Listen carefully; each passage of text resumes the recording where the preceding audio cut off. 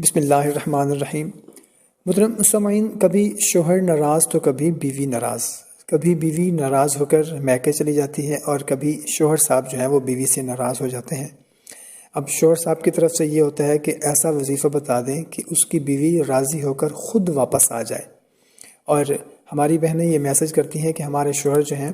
وہ بہت زیادہ گالم گلوچ کرتے ہیں یا غصہ کرتے ہیں، لڑائی جھگڑا کرتے ہیں، تو وہ خود بخود ایسا کوئی عمل بتا دیں کہ وہ خود بخود ہی ہم سے محبت کرنے لگ جائیں اور نفرت ختم کر دیں اور لڑائی جھگڑا ختم کر دیں۔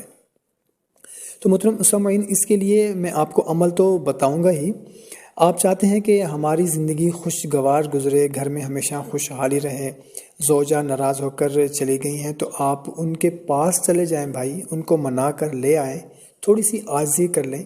جو بندہ عاجزی کرتا ہے تو اللہ تعالیٰ اس کو بلندی نصیب فرماتا ہے۔ اور اگر ہماری کسی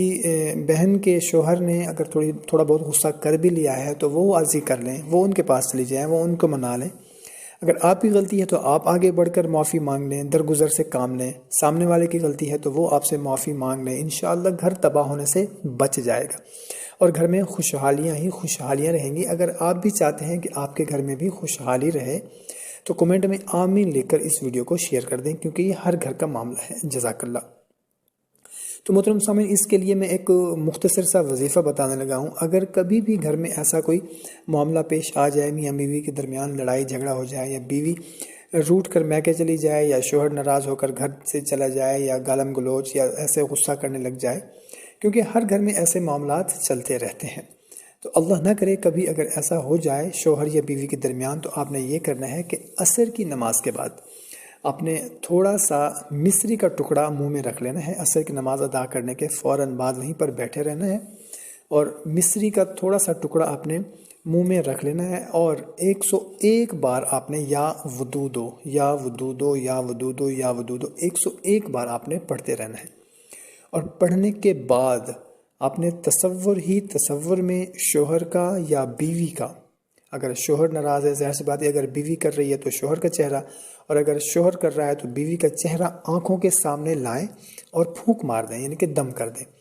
انشاءاللہ عز و جل اس کا فائدہ یہ ہوگا کہ میاں بیوی میں محبت پیدا ہو جائے گی، نفرت ختم ہو جائے گی، لڑائی جھگڑا ختم ہو جائے گا، اور اگر بیوی ناراض ہو کر بھی چلی گئی ہے گھر سے تو وہ انشاءاللہ عز و جل